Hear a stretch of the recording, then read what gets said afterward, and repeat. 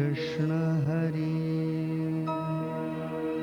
ओम राम कृष्ण हरि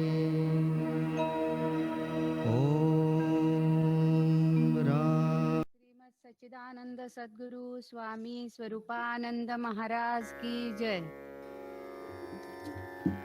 श्री ज्ञानदेव वंदन। नमितो योगी थोर विरागी तत्वज्ञानी संत, तो सत्कविवर परात्पर गुरु ज्ञानदेव भगवंत। स्मरणतयाचे होता साचे चित्ती हर्ष नमावे, म्हणून वाटते पुन्हा पुन्हा ते पावन चरण नमावे। अनन्य भावे शरण रिघावे अहंकार सांडून, जणी टाकावी तयावरुनिया काया कुरवंडून।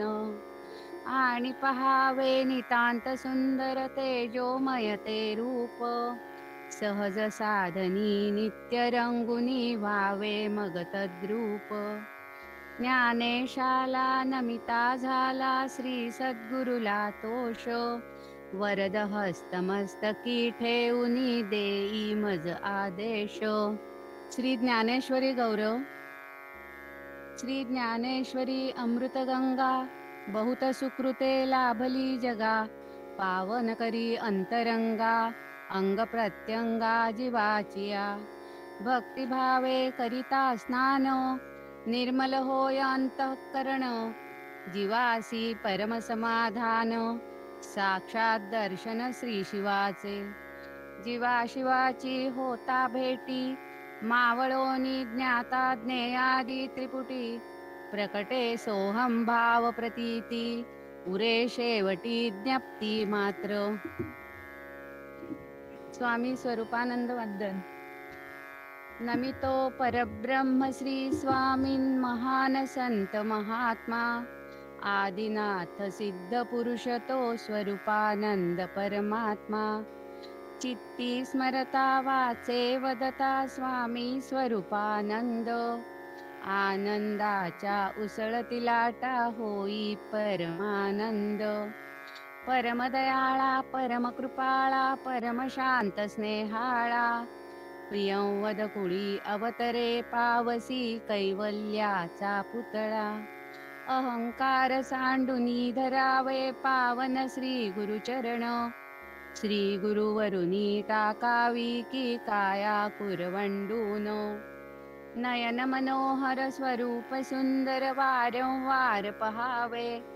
श्री गुरुनामी नित्य अंतरी निशिदिनी रंगुनी जावे। जसे अलंकापूर तसे ते पावस भूवैकुंठ। सोहम भावनांद तो तिथे स्वरूप शांती दूत। स्वरूपानंदा नमिता झाला प्रसन्न नारायण। प्रसन्न होता प्रसन्न चित्ता प्रसन्नता संपूर्ण। नमितो परब्रह्म श्री स्वामीन महान संत महात्मा। आदिनाथ सिद्ध पुरुष तो स्वरूपानंद परमात्मा। ओम स्वस्ति श्री गणेशाय नमः। ओम श्री सरस्वत्यै नमः। ओम नमः श्री परमहंसास्वादित चरणकमलचिन्मकरन्दाय भक्तजनमानसनिवासाय श्रीरामचन्द्राय नमामि सद्गुरुं शान्तं सच्चिदानन्दविग्रहम् पूर्णब्रह्मपरानन्द मीशमालन्दिवल्लभम्। ॐ पूर्णमदः पूर्णमिदं पूर्णात् पूर्णमुदच्यते पूर्णस्य पूर्णमादाय पूर्णमेवावशिष्यते। ॐ शान्तिः शान्तिः शांती। अकारण करुणावरुणालय भगवंताच्या असीम कृपेने साधकांचे मायबाप कैवल्य साम्राज्य चक्रवर्ती संत सम्राट विश्वमाऊली ज्ञानोबारायांचं वाङ्मयीन अपत्य ग्रंथराज ज्ञानेश्वरीचं यथामती तत्वचिंतन करण्याकरता आपण उपस्थित झालेलो आहोत आणि 6व्या अध्यायाचं आपलं चिंतन चाललेलं आहे. पैकी भगवंताने अर्जुनाला काल साम्यवादाचा विचार सांगितलेला आहे आणि शेवटी विचार करताना असं सांगतात की चित्तस्थैर्याचा 5वा उपाय जो साम्यवाद, या साम्यापेक्षा जगामध्ये दुसरा महत्वाचा लाभ नाही. या उपायाने अर्थात साम्याने सर्व विश्व ब्रह्मरूप अथवा आत्मरूप आहे अशी एकता अनुभवाने प्राप्त होते आणि चित्ताला योग समाधी प्राप्त होते. आणि या एकंदरीत चित्तस्थैर्याच्या 5 उपायांचा विचार ऐकून मग अर्जुन भगवंताला काही प्रश्न विचारतो. त्या प्रश्नांचा आज आपल्याला विचार करायचा आहे. अर्जुन उवाचो, अर्जुन म्हणतो, योयम योगस्त्वया प्रोक्तः साम्येन मधुसूदन एतस्याहन्न पश्यामि चंचलत्वात् स्थितिं स्थिराम. म्हणजे हे मधुसूदना, या मनाच्या चंचलत्वामुळे तू जो सर्वत्र समदर्शनाचा योग सांगितला आहे त्याची स्थिर अवस्था पाहणं हे मला अवघड वाटतंय. कारण मन कसं आहे तर पुढच्या श्लोकात सांगतात, चंचलम हि मनः कृष्ण प्रमाथि बलवत दृढम तस्याहम निग्रहम मन्ये वायोरिव सुदुष्करम. कारण अरे श्रीकृष्णा, हे मन जे आहे ते हे फार चंचल आहे आणि ते शरीर व इंद्रिय यांना व्याकुळ करणारा असून बलवान आहे, किंबहुना वश न होणारा आहे. ज्याप्रमाणे वाऱ्याचा निग्रह करणे अवघड आहे तद्वत या मनाचा देखील निग्रह करणे अवघड आहे असं मला वाटतं. या 2 श्लोकांमधून अर्जुनाने आपली शंका भगवंतासमोर व्यक्त केलेली आहे. यावर व्याख्यान करत असताना स्वामी म्हणतात, तव पार्थ म्हणे देवा दया घना करोनी करुणा आम्हावरी तुम्ही साम्यतेचा केला उपदेश परी ह्या मनास करू काय. अर्जुन म्हणतो की देवा, आपण दयाघन आहात आणि यामुळेच आमच्या हिताच्या कळवळ्याने तुम्ही आम्हाला सांगत आहात. काय आहे, बऱ्याच वेळेला अशी स्थिती होते, सांगितलं जातं परंतु त्यामध्ये समोरच्याचं हित व्हावंच अशी अपेक्षा नसते. परंतु संत महात्म्यांचं जे सांगणं आहे ते प्रत्येकाच्या हिताकरताच सांगणं आहे. किंबहुना म्हणूनच देवाचा आणि संतांचा उपदेश मानला गेलेला आहे. उपदेश म्हणजे काय आहे तर एक प्रकारचा 2 व्यक्तींमध्ये अथवा अनेक व्यक्तींमध्ये होणारा संवादच आहे. या संवादाचे शास्त्रकारांनी 4 भेद केलेले आहेत. आज्ञा, अनुज्ञा, अभ्यर्थना आणि उपदेश असे एकंदरीत 4 संवादातले प्रकार आहेत. काय असतं, एखादा मोठा व्यक्ती ज्या वेळेला अधिकाराने, वयाने अथवा ज्ञानाने लहान असलेल्या व्यक्तीला काही सांगतो त्यावेळेला त्याला आज्ञा असं म्हटलं गेलेलं आहे. उपदेशाचंही काय आहे, उपदेशामध्ये सुद्धा सांगणारा मोठा असावा आणि ऐकणारा लहान असावा. म्हणजे हे जे लक्षण आहे तर आज्ञा आणि उपदेश या दोन्हीकडे जाणार आहे. परंतु असं असतानाही आज्ञा स्वतंत्र आहे, वेगळी आहे आणि उपदेश वेगळा आहे. तर या 2 तत्वांमध्ये अंतर काय आहे तर उत्तर एकच दिलं जातं. मोठ्या व्यक्तीने लहान्या व्यक्तीला काहीतरी सांगणं म्हणजे आज्ञा आहे, परंतु मोठ्या व्यक्तीने लहान्या व्यक्तीला त्याच्या हिताचं सांगणं त्याला उपदेश असं म्हटलं गेलेलं आहे. मग संतांनी या जगाला जे जे काही सांगितलेलं आहे ते सर्व या जगाच्या हिताचं सांगितलेलं आहे. परमात्म्याने तुम्हा आम्हाला जे सांगितलं ते सर्व आपल्या हिताचं सांगितलेलं असल्यामुळे संतांचा आणि परमात्म्याचा संवाद म्हणजे आपल्या करता असलेला उपदेशच आहे.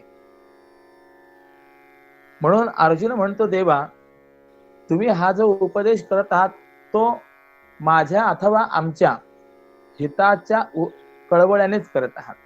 बघा, बारकाईने जर आपण लक्ष दिलं तर अर्जुन कुठेही माझ्यावरी असं म्हणत नाही आहे, तर आम्हावरी.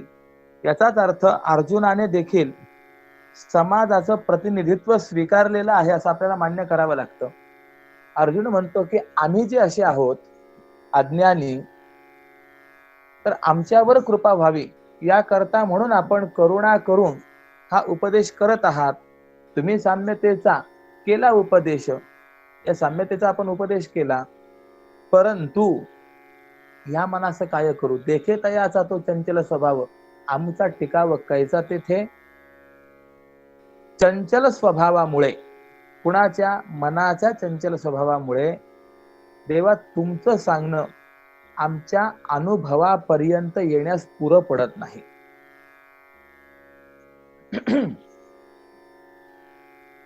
कैसे केवढे हे ऐसे पाहू जातात तरी ते सर्वथा सापडे ना. या मनाचा जर आपण विचार केला तर मन कसं आहे, केवढं आहे, याचा विचार करून पाहू म्हटलं तर ते मन कुठे सापडत नाही. परंतु अशा या मनाला फिरण्याकरता त्रैलोक्य देखील थोडं पडतं. एरवी श्रीकृष्णा पुरेणा तयास वावरावयास त्रैलोक्यही अपुरं पडतं. आणि कसं आहे तर ते कधीही एक जागी राहणार नाहीये, सातत्याने ते भ्रमण करणार आहे. म्हणून जगद्गुरु श्री तुकोबरायांनी असं म्हटलेलं आहे, बहुत चंचल चपळ जाता येता न लगे वेळ. मन अत्यंत चंचल आहे, चपळ आहे, त्याला यायला जायला वेळ लागत नाही. किंबहुना जगामध्ये अनेक वेगांचं वर्णन आलेलं आहे. यामध्ये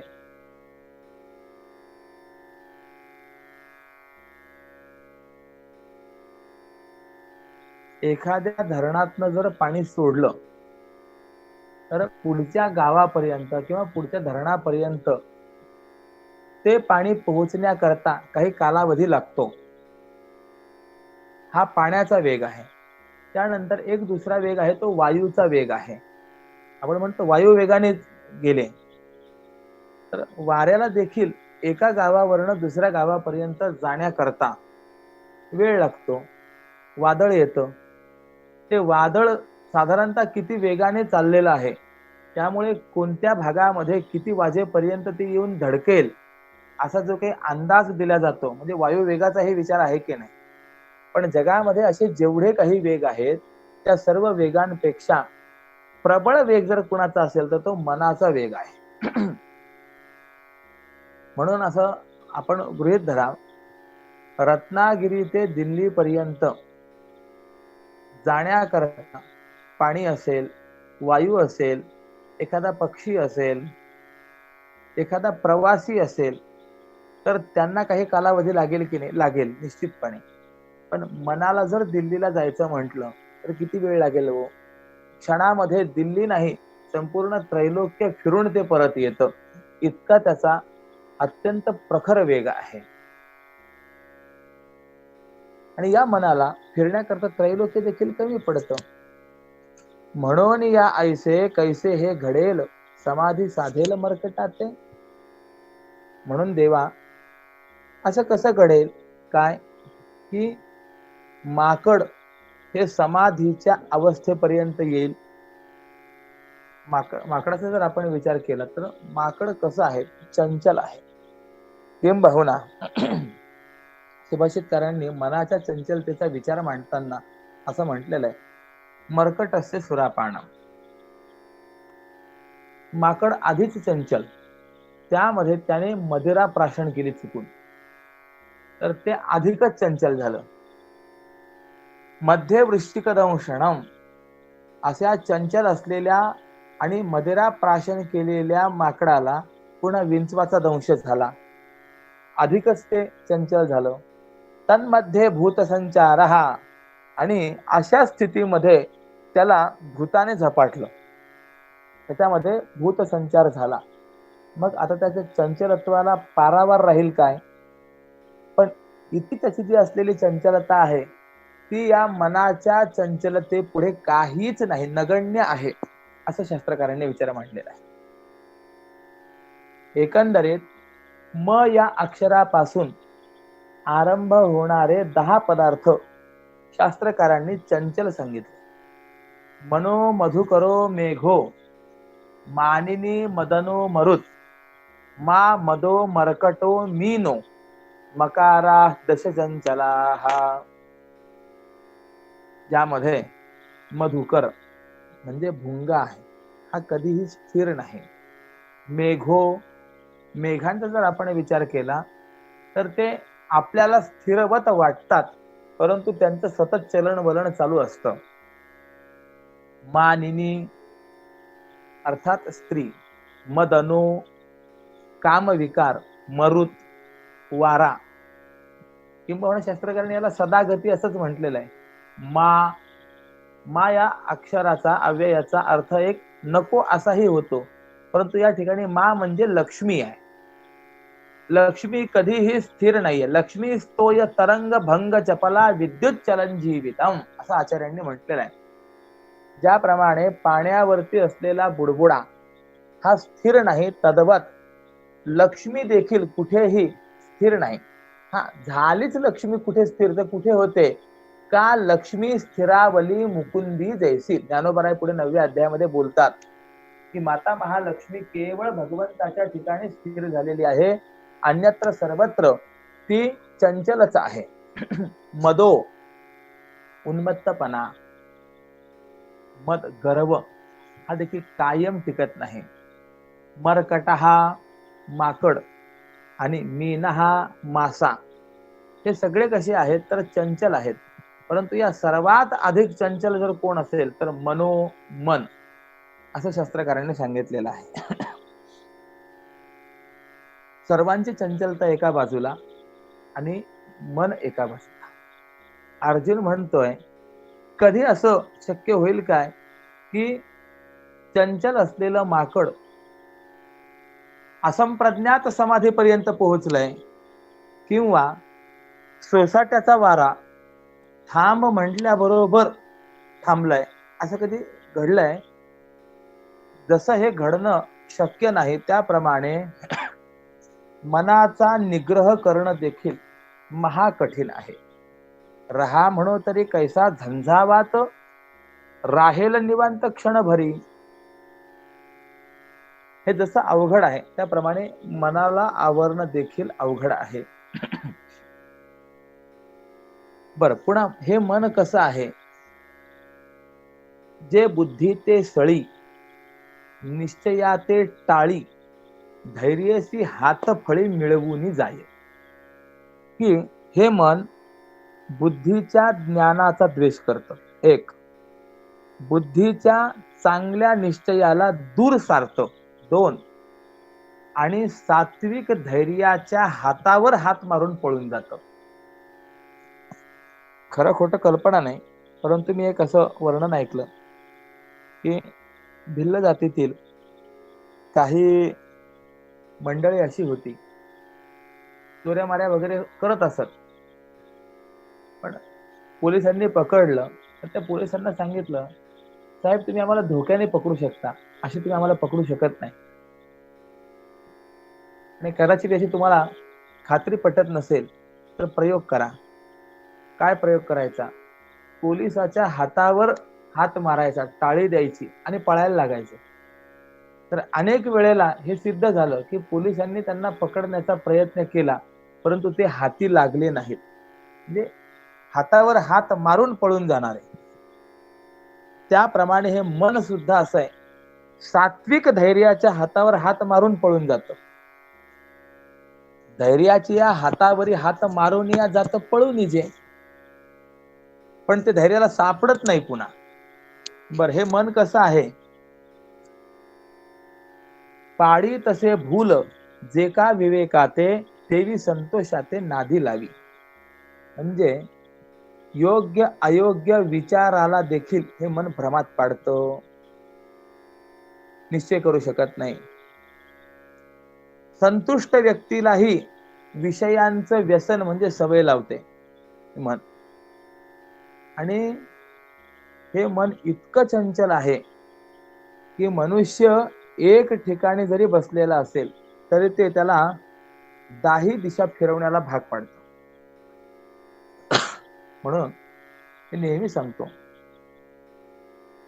मनुष्य प्रवचन मंडपामध्ये येऊन बसतो, पण तो शरीराने येऊन बसतो, मनाने तिथे असेलच असं सांगता येत नाही.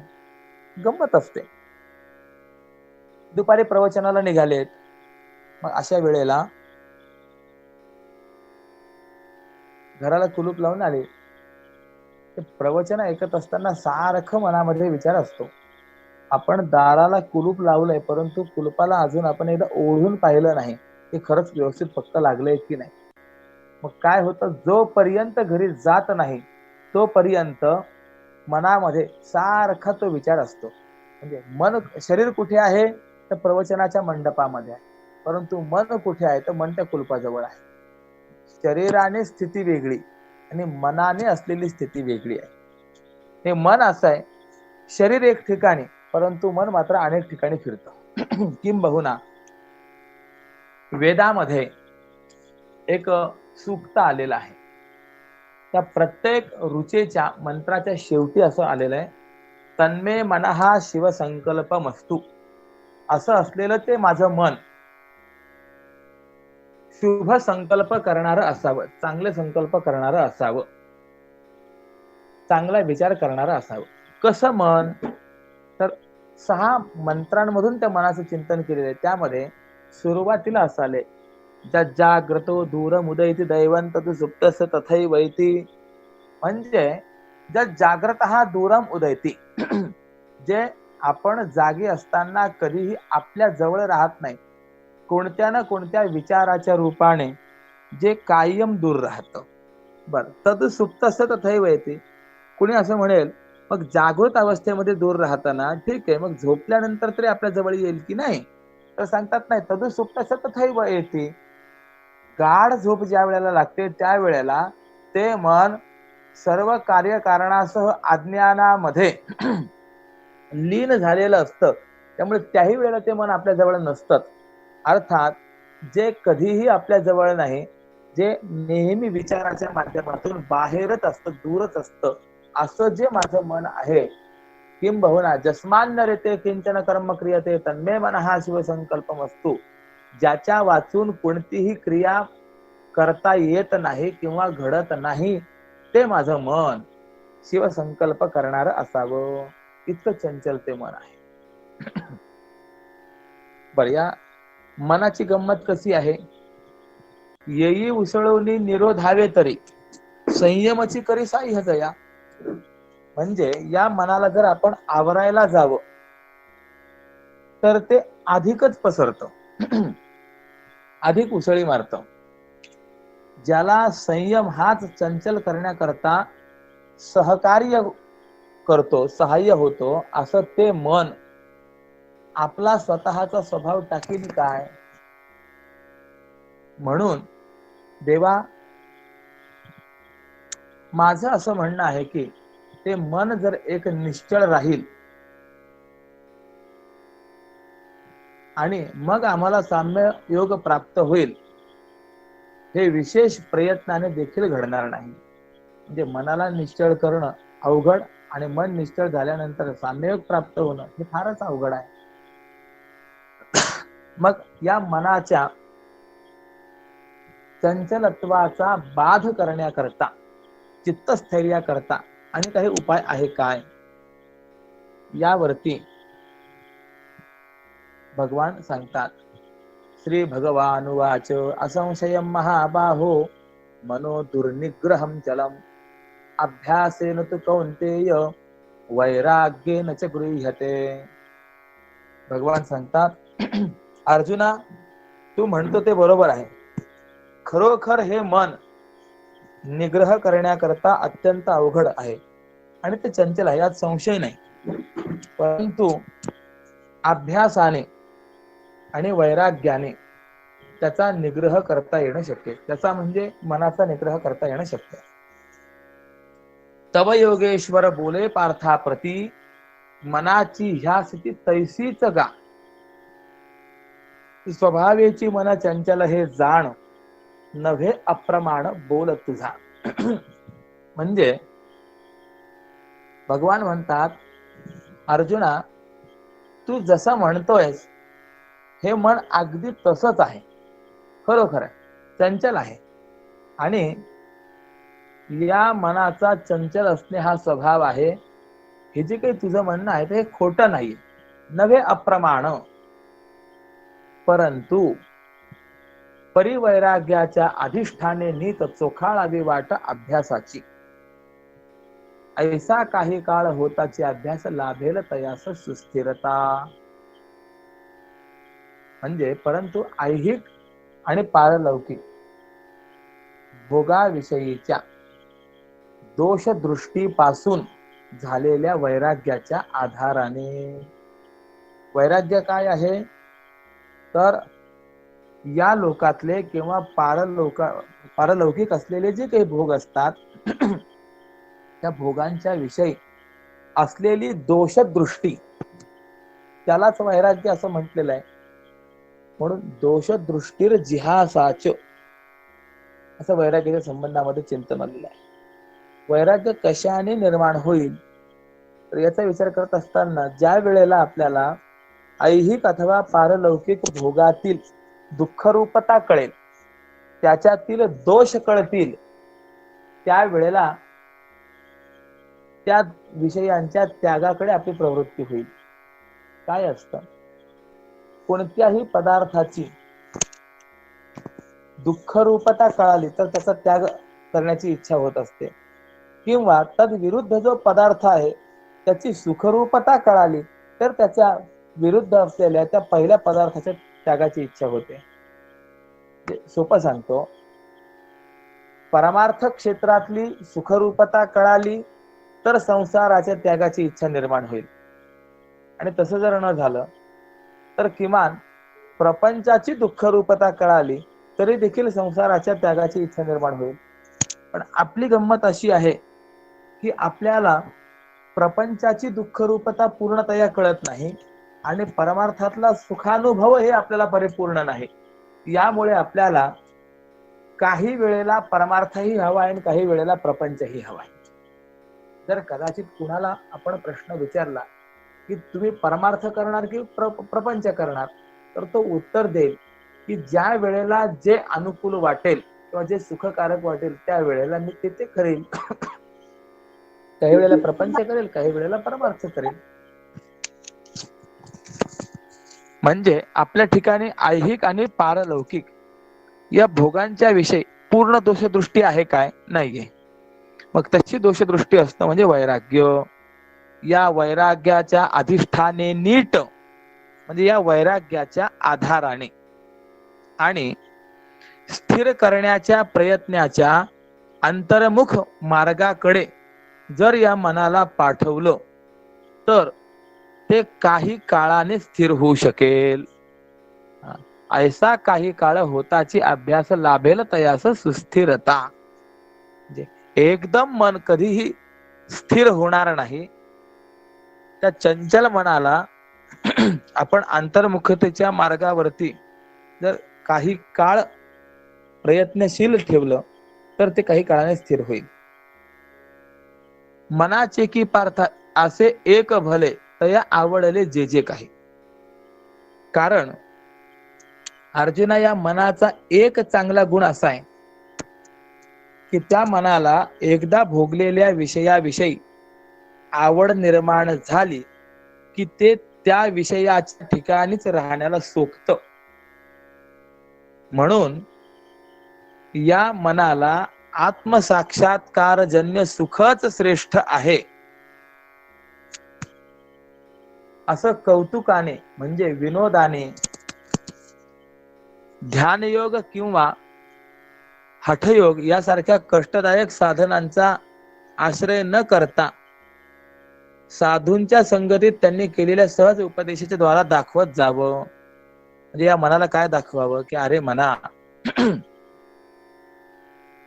तू प्रापंचिक जे विषय सेवन करून त्यातील आनंद भोगण्याचा प्रयत्न करत आहेस त्यापेक्षा या परमार्थामध्ये असलेलं परमात्म सुख हेच फार श्रेष्ठ आहे, उच्च आहे. असं ज्या वेळेला आपण त्या मनाला वारंवार दाखवू आणि एकदा का त्या मनाला त्या परमात्म सुखाची गोडी लागली की मग ते मनच त्या परमात्म सुखाच्या प्राप्ती करता प्रयत्नशील राहील. त्या परमात्म सुखाच्या ठिकाणी ते सोकवेल. मग अन्यत्र जा म्हटलं तरी ते जाणार नाही, कारण की मनाचा स्वभाव असा आहे की जी गोष्ट एकदा त्याला आवडली तर त्या गोष्टीकडे ते मन सारखं वारंवार जात असतं. म्हणून आपण बघा ना, आपल्याला जे आवडतं ते आपण वारंवार करण्याचा प्रयत्न करतो की नाही. म्हणून या मनाला या परमात्म सुखाचा मार्ग दाखवावा असं भगवान सांगतात. असंयतात्मना योगो दुष्प्राप इति मे मतिः वश्यात मना तु यतता शक्यो वाप्तुमुपायतः. या श्लोकाचा अर्थ सांगतात की ज्याने मनाला वश केलं नाही त्याला योग प्राप्त होणं हे अत्यंत कठीण आहे. परंतु ज्याने मन वश केलं आहे किंवा जो मनाला वश करण्याचा प्रयत्न करतो त्याला योगशास्त्रामध्ये सांगितलेल्या उपायांनी योग प्राप्त होणं हे शक्य असतं. एरवी विरक्ती नाही जया प्रती न कधी रिगती अभ्यासीजे तयासी हे मन नावरे निभ्रांत आमुचे हे मत ऐसे चिगा. स्वामी म्हणतात, एरवी ज्यांना वैराग्य नाही, जे वैराग्याच्या अभ्यासाकडे कधीच वळत नाही, त्यांना मन वश होत नाही. हे मलाही मान्य आहे. परंतु यमनियमांच्या वाटेला जायचंच नाही, वैराग्याची तर कधी आठवण देखील करायची नाही आणि केवळ विषयारूपी पाण्यातच बुडी देऊन ज्याला राहायचं आहे अशा त्या विषयासक्त झालेल्या मनाला जन्मल्यापासून जर कधीही निग्रहाची काठीच लागली नाही तर ते मन निश्चळ कसं होईल किंवा त्या मनाने निश्चळ का व्हावं तू सांग. सांगे कैसे काय तयाचे ते मन एकाग्र होऊन स्थिरावेल. म्हणून सांगतात, मनाचा निग्रह ज्या योगाने होतो असा जो उपाय आहे त्या उपायाचा तू आरंभ कर आणि मग पाहू त्या मनाचा निग्रह कसा होत नाही. जे मनोनिग्रहाचे, चित्तस्थैर्याचे जे जे उपाय शास्त्रकारांनी सांगितलेले आहेत ते पहिले करण्याकरता तू प्रयत्न कर. मग आपण पाहू की कसं काय ते मन आपल्या हातामध्ये येत नाही, ताब्यात येत नाही. कारण की मनाचा निग्रह करणं जर अशक्यच असतं, संभवनीयच नसतं, तर यमनियमापासून समाधीपर्यंत जी काही योग साधनं शास्त्रकारांनी सांगितले ती सर्व साधनं खोटी आहेत असं झालं नसतं काय? त्यांना वैयर्थ्य आलं असतं की नाही? त्यांचा काही उपयोगच राहिला नसता. परंतु ज्या अर्थी शास्त्रकारांनी यमनियमापासून समाधीपर्यंत अनेक योग साधनं सांगितलेली आहेत त्याचाच अर्थ आहे की मनाचा निग्रह करणं हे अजिबात संभवनीय नाही किंवा अशक्य आहे अशातला भाग नाही. फक्त ते प्रयत्न साध्य आहे, कष्ट साध्य आहे एवढं मात्र मान्य आहे. म्हणून असं आहे, अप्राप्य नाहीये. फक्त दुर्लभ आहे, अवघड आहे. म्हणून तो योगशास्त्रकारांनी सांगितलेला यमनियमापासून ते समाधी पर्यंतचा अभ्यास आपल्याला झेपत नाही असं जर तू म्हणाला तर ते मला मान्य राहील. यामुळे त्या शास्त्राला वैयर्थ्यही येणार नाही. आणि आजपर्यंत अनेकांनी या योगशास्त्राच्या माध्यमातून त्या मनाला वश केलं आहे ना. म्हणून सांगतो, पार्था जरी होय अंगी योग बळ, त्या पुढे चपळ मन किती. अरे अर्जुना, अंगात जर योगाचं बळ असेल तर त्या पुढे मन कितीसे चंचल रे. त्या मनाच्या चंचलत्वाला किती ते योग बळ जुमानणार. योगाचा चिकाटीने जर अभ्यास केला तर मनच काय पण महत्त्वादी हे सर्व जग देखील स्वाधीन होतं. महत्त्वाधिक सकळ हे जाण नव्हे का स्वाधीन योगबळे. योगबळाने हे सर्व साध्य होतं. मग या वेळेला अर्जुन भगवंताशी बोलतोय की देवा, तुम्ही जे बोलतात ते खरं आहे, यात मुळीच चूक नाहीये. परंतु योगाच्या सामर्थ्य म्हणजे खर तर योगाच्या सामर्थ्याशी मनाच्या सामर्थ्याची तुलना देखील केली जाऊ शकत नाही, हेही योग्य आहे. परंतु तोच योग इतका सामर्थ्य संपन्न आहे असं आम्ही अज्ञान्यांनी कसं आणि कोणत्या साधनाने जाणावं, हा मोठा प्रश्न आहे ना. कारण की देवा, अरे आता इतके दिवस पर्यंत या योगाची वार्ता देखील आम्ही जाणत नव्हतो. तरी तोची योग कैसा केवी जाणो, गंध वार्ता नेणो ह्याची काही. म्हणजे ते योगाची थोडी देखील माहिती आम्हाला नव्हती. हा योग कसा असतो हेही आम्हाला माहिती नव्हतं. आणि असं असल्यामुळेच या मनाला हे मन अनावर आहे असं आम्ही म्हणत आहोत. हा आता आघवे या जन्मा, तुझेनी प्रसादे पुरुषोत्तमा, योग परिचय आम्हा जाहला आजी. आणि म्हणून हे पुरुषोत्तमा असलेल्या भगवान श्रीकृष्ण, माझ्या अर्थात आमच्या साऱ्या जन्मात कधी नव्हे तो आता तुझ्या कृपा प्रसादाने या योगाचा परिचय झाला आहे. तुझ्या कृपे आज जन्मात ह्या देख योगाची ओळख झाली आम्हा. म्हणजे तुझ्या कृपेने हा योग कसा असतो याची ओळख आज पटली, नाही तर आजपर्यंत आम्हाला या योगाविषयी काही माहिती देखील नव्हतं. मग आम्ही जर योगाची आम्हाला माहितीच नाही तर तो योग कसा आहे आणि मन कसं आहे हे कसं आम्ही सांगणार रे. अर्जुन उवाच. आता या पुढे अर्जुन म्हणतो, अयति श्रद्धयोपेतो योगाचलित मानसः, अप्राप्य योग संसिद्धिं कांगतिं कृष्ण गच्छति. आता अर्जुनाने 37, 38 आणि 39 या 3 श्लोकांमधून भगवंताकडे एक चांगला प्रश्न विचारलेला आहे. की साधारणतः सर्वांच्या अंतःकरणामध्ये जो प्रश्न निर्माण होण्याची संभावना आहे असा प्रश्न तो आहे. या 3 श्लोकांचा संक्षिप्त सोपा अर्थ सांगतो आणि त्यानंतर आपण व्याख्यानाकडे वळूया.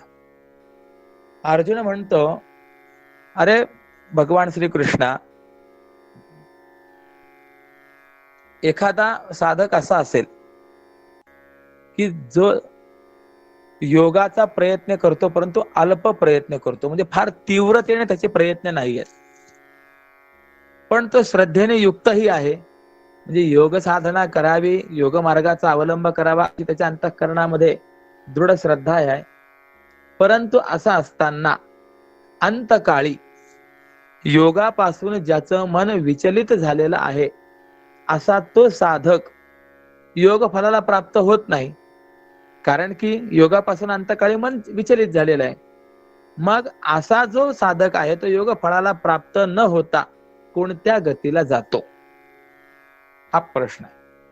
कारण हे महाबाहो, श्रीकृष्णा ब्रह्मप्राप्तीच्या मार्गाविषयी अत्यंत मूढ असलेला आणि देवयान पितृयान या मार्गाला कारणीभूत अशा उपासना आणि कर्म या दोन्ही साधनांचा ज्याला आधार राहिलेला नाही, तसंच सकाम कर्म उपासना आणि ज्ञान या दोन्ही साधनांपासून जो भ्रष्ट झालेला आहे, त्याला स्वर्ग आणि अपवर्ग न मिळाल्यामुळे तो छिन्न भिन्न झालेल्या ढगाप्रमाणे नष्ट तर होत नाही ना. म्हणजे काय, एखादा साधक असा असेल की त्याने मोक्ष प्राप्त व्हावा, परमात्म्याची प्राप्ती व्हावी म्हणून कर्मत्याग तर केलाय, कर्मसन्यास तर केलाय, संसारही सोडलाय आणि उपासनाधिक सकाम कर्मांचाही त्याग झालाय, फक्त आत्मानात्म विचारच तो करतोय. मग आता कर्मत्यागामुळे काय झालेलं आहे की कर्मापासून प्राप्त होणारे जे काही स्वर्गाधिक आहे तेही त्याला प्राप्त होणार नाहीये, आणि आत्मानात्म विचार करून त्याला जी ब्रह्मस्थिती प्राप्त करून घ्यायची आहे ती ब्रह्मस्थिती देखील जर त्याला प्राप्त झालेली नसेल तर धडना त्याला पारमार्थिक, धडना प्रापंचिक सुख. मग ज्याप्रमाणे छिन्न भिन्न झालेले ढग हे नष्ट होतात त्याप्रमाणे तो नष्ट होईल की नाही. धडना इकडचा, धडना तिकडचा. आपण ज्याला व्यवहारामध्ये म्हणतो धोबी का कुत्ता, घरकाना घाटका, अशी त्याची अवस्था होईल की नाही. म्हणून हे श्रीकृष्णा, माझ्या या संशयाचं समूळ छेदन करण्यास तू योग्य आहेस, कारण तुझ्या वाचून कुणीही दुसरा आता या संशयाचं छेदन करणारा संभवत नाही. अशा 3 श्लोकांचा सरळ सरळ अर्थ आहे. आता जो आहे या वरील व्याख्यानाचा विचार करा. परिप्रभो एक संशय आणिक उपजला देख स्वभावेची, तुझिया वाचून करा या तो दूर समर्थ साचार दुजा नाही. हे स्वामी, मला एक संशय निर्माण झालाय आणि तो संशय तुझ्या वाचून दूर करण्याकरता कुणीही समर्थ नाही. म्हणून हे श्रीकृष्णा, मला या शंकेचं समाधान सांग. काय शंका आहे तर एखादा साधक श्रद्धेने तीव्र उपाया वाचून मोक्षस्थानाकरता प्रयत्न करीत असताना तो पुढच्या आत्मसाक्षात्कार रूपी गावाला येण्याकरता इंद्रिय रूपी गावाहून निघाला आणि मोक्षाच्या इच्छेच्या वाटेलाही लागला, परंतु आत्मसाक्षात्काराच्या मुक्कामापर्यंत पोहोचलाच नाही आणि वैराग्यामुळे त्याला ऐंद्रिय सुखाकडे परत येताही आलं नाही किंवा येण्याची इच्छा राहिली नाही. म्हणजे पुन्हा संसार करावा असं वाटत नाही. आणि अशा मधल्या अवस्थेतच त्याचा आयुष्य रूपी सूर्य जर अस्ताला गेला तर त्याची अवस्था काय. म्हणजे ही फार महत्वाची शंका आहे. साधकाची दशा जी आहे, अवस्था जी आहे, ती फार विचित्र सांगितलेली आहे. साधक अवस्था अशी आहे, त्याच्या हाती असलेलं प्राप्त असलेलं जे प्रापंचिक सुख आहे ते सोडायचं आहे आणि प्राप्त न झालेलं जे परमात्म सुख आहे ते प्राप्त करण्याकरता जीवापाड कष्ट करायचे. बरं, एवढे कष्ट करूनही या जन्मात ते परमात्म सुख मिळेल की न मिळेल याची शाश्वती देता येत नाही. कारण की भगवान स्वतः सांगतात, बहुनाम जन्मनाम अंते ज्ञानवान माम प्रपद्यते. अनेक जन्म गेल्यानंतर कुठे ज्ञानवान मला प्राप्त होतो. तर हात सोडायचं आणि जे मिळेल की न मिळेल याची शाश्वती नाही त्याच्या मागे लागायचं. व्यवहारात तर याला शहाणं म्हटलं जातं का? आपण व्यवहारामध्ये म्हणतो हात सोडून पळत्याच्या मागे धावणारा जो आहे तो शहाणा नाही. पण साधकाची अवस्था अशीच आहे की नाही? एक भावगीत आहे बघा. पाऊले चालती पंढरीची वाट, सुखी संसाराची सोडून या वाट. ही सुखी संसार आहे, पण त्याला सोडून हे त्या पंढरपूरच्या वाटेला लागलेले आहेत. प्राप्त झालेलं संसार सुख सोडायचं आणि न प्राप्त झालेलं किंवा प्राप्त होईल की न होईल अशा त्या परमात्मा सुखाच्या मागे लागायचं. ही अवस्था ज्याची आहे त्याचं नाव आहे साधक. समजा कदाचित त्या परमात्मा सुखाला प्राप्त होण्यापूर्वीच जर त्याचा अंत झाला तर काय होणार? हाती असलेलं प्रापंचिक सुखही त्याला भोगता आलं नाही आणि ते परमात्मा सुखही त्याला प्राप्त झालं नाही. म्हणजे दोन्ही बाजूनी तो वंचित राहिला की नाही? धड हेही नाही धड तेही नाही. मग अशा साधकाची अवस्था काय असा प्रश्न. म्हणजे आत्मसाक्षात्कार रूपी गावाला येण्याकरता तो इंद्रिय रूपी गावावरनं निघाला आणि मोक्षाच्या इच्छेच्या वाटेला लागला. पण इंद्रिय रूपी गावावरनं निघाला म्हणजे इंद्रिय रूपी गावाचाही आधार सुटला आणि आत्मसाक्षात्कार रूपी गावाला प्राप्त व्हायचं, पण त्या गावाला प्राप्त झालाच नाही म्हणजे त्याही गावाचा आधार नष्ट झाला. मग तो मधल्या मार्गातच राहिला की नाही? म्हणजे निघालेला मनुष्य मुक्कामापर्यंत जर पोहोचलाच नाही तर त्याची अवस्था काय? साधकाची अवस्था कशी बघा. आत्मसिद्धी तरी नाही झाली प्राप्त, आत्मसिद्धी तर मिळाली नाही, मोक्ष तरी मिळाला नाही. बरं, नाही एवढं तर मागूतेही. बरं, मग त्याला जर म्हटलं की नाही मिळत ना मोक्ष, चल मागे ये, पुन्हा संसारासक्त हो, प्रपंचामध्ये राहा, तर वैराग्यामुळे ऐंद्रियक सुखाकडे परत त्याला यावंही वाटत नाही, पुन्हा संसार करावा वाटत नाही. अशा मधल्या स्थितीमध्ये जर त्याचा आयुष्य वाहून असला गेला तर काय? जैसे अकाळी आभाळ अळुमाळ सपातळ, विपाया आले केवळ वसेना वर्षे. ज्याप्रमाणे अयोग्य वेळी थोडेसे विरळ आणि अचानक आभाळ आलेलं असावं, पण ते आभाळ कसं असतं? वर्षावही करत नाही आणि टिकतही नाही. त्याप्रमाणे या साधकाला वैराग्यामुळे संसार सुख आणि आयुष्य संपल्यामुळे मोक्ष सुख ही दोन्हीही दुराविलेली असतात. तैसी तया लागे दोन्ही अंतरले, दूरती राहिली मोक्ष प्राप्ती. कारण त्याला आत्मप्राप्ती तर दूरच राहिली आणि त्याच्या अप्राप्तीलाही दृढ श्रद्धेने टाकून दिलेलं असतं. म्हणजेच श्रद्धेमुळे त्याला आत्मप्राप्तीची आशा देखील राहिलेली असते. मग याप्रमाणे जो आत्मप्राप्तीच्या कार्याविषयी जामीनाला अंतरला, भविष्य काळात आपलं इष्ट कार्य होईलच याविषयी ज्याला कोणी जामीन राहिला नाही आणि जो केवळ श्रद्धेच्याच समुदायामध्ये बुडला आहे, त्यामुळे त्याला भविष्य काळात आपल्याला आत्मप्राप्ती होईल अशी भोळी आशा तेवढी उरली आहे. मग अर्जुन म्हणतो, महाराज की असा जो साधक आहे त्याला कोणती गती मिळते? यावरती भगवान उत्तर देतात.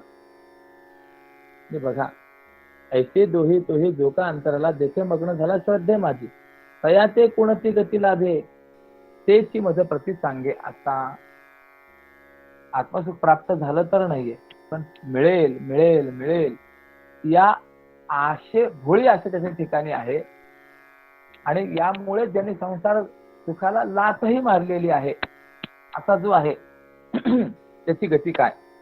यावर भगवान सांगतात, पार्थ नैवेह नामुत्र विनाशस्तस्य विद्यते, नहि कल्याण कृत कश्चित दुर्गतीं तात गच्छति.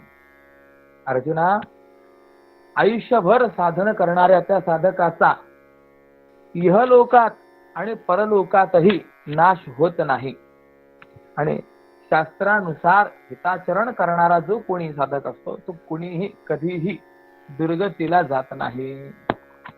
यावरचं व्याख्यान फार सुंदर आहे. मग तो श्रीकृष्ण म्हणे पार्था पाहे दया आस्था आहे मोक्ष सुखी. अर्जुना, ज्याला मोक्ष सुखाची तीव्र इच्छा आहे त्याला मोक्षा वाचून दुसरी गती आहे काय? परंतु एवढंच एक घडतं की मध्येच त्या साधकाला काही काळ विश्रांती घेणं भाग पडतं. पण ती विश्रांती देखील अशा श्रेष्ठ प्रकाराने असते की जी इंद्रादिक देवांनाही प्राप्त होत नाही. म्हणजे निघाला आहे परंतु मार्गामध्ये त्याला थोडीशी विश्रांती घ्यावी लागते. पण इंद्रादिक देवांनाही अप्राप्त अशी ती विश्रांती असते, इतकी श्रेष्ठ असते. एरवी अभ्यासाचा उचलता पाऊली जरी चालता तरी दिवसा आधी ठाकीता सोहम सिद्धी. आणि त्याला ती विश्रांती देखील का घ्यावी लागते त्याचं कारण सांगतात की त्याच्या ठिकाणी तीव्रता नसते. एरवी तो साधक जर योगाभ्यासाचा उचलत्या पावलाने चालला असता, त्याने अभ्यास केला असता, म्हणजे तातडीने त्यांनी जर योग साधना केली असती तर आयुष्याचा दिवस मावळण्याच्या आधीच मी ब्रह्म आहे या प्रकारच्या अनुभवाच्या मुक्कामाला तो पोहोचला असता. म्हणून असं आहे, परमात्मा दूर की जवळ, तर तो दूरही नाही जवळही नाही.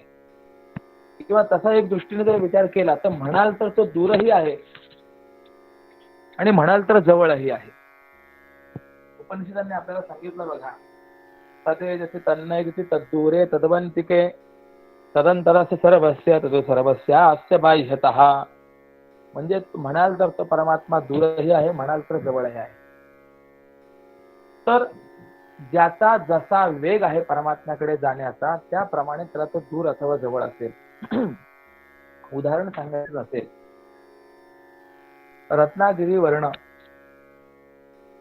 त्र्यंबकेश्वरी येण्याकरता एखादी व्यक्ती पायी जर निघाली तर कदाचित 15 दिवसही लागतील. एखादी व्यक्ती एसटी बस वगैरेने जर निघाली तर 15-16 तासही लागतील.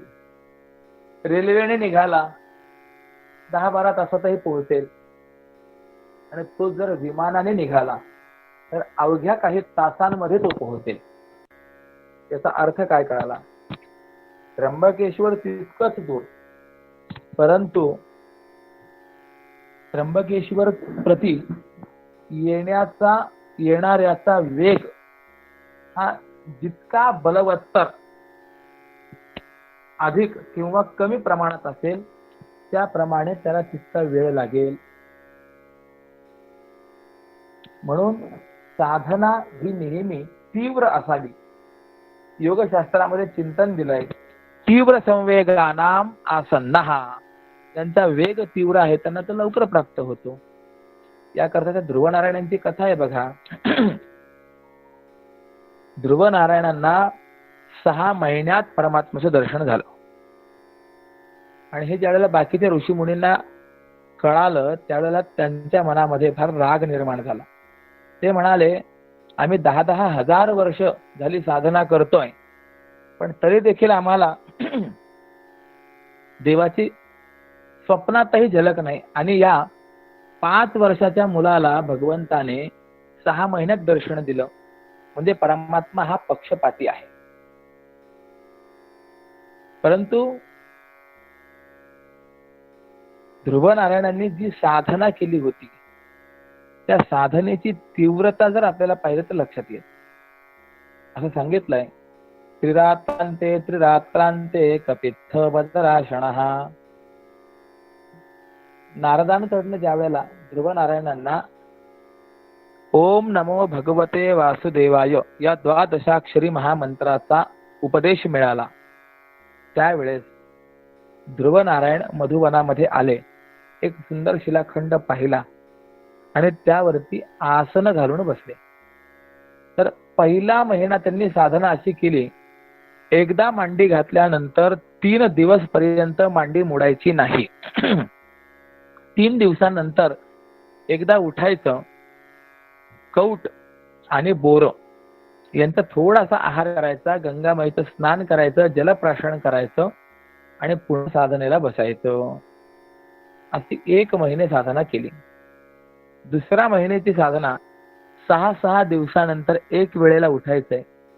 आता कौट आणि बोर खायचे नाहीये. जीर्ण पर्णाशना हा म्हणजे झाडाचे गळून पडलेले जी पानं आहेत ते पानच आहार म्हणून भक्षण करायची. गंगामाईचं जलप्राशन करून स्नान करून पुन्हा साधनेला बसायचं. दुसरा महिना. तिसरा महिना ज्या वेळेला आला त्या वेळेला 9 दिवसांनी 1 वेळेला मांडी मोडायची. आता गळून पडलेले पानं देखील खायचे नाहीयेत. तर गंगामाईचं केवळ जलप्राशन करायचं आणि स्नान करून पुन्हा साधनेला बसायचं. असा तिसरा महिना केला. चौथा महिना ज्या वेळेला आला त्यावेळेला 12 रात्री म्हणजे 12 दिवसानंतर एकदा मांडी मोडायची आणि गंगामाईचं स्नान करायचं. आता गंगामाईचं जल देखील प्राशन करायचं नाही, वारा पिऊनच राहायचं. आणि 5वा महिना जर ज्या वेळेला आरंभ झाला त्यावेळेला साधनेमध्ये आणखी तीव्रता वाढली. आता आसनजय आणि मनोजय पूर्ण साध्य झाला आणि श्वास निरोध साध्य झाला, केवळ कुंभक सिद्ध झाला.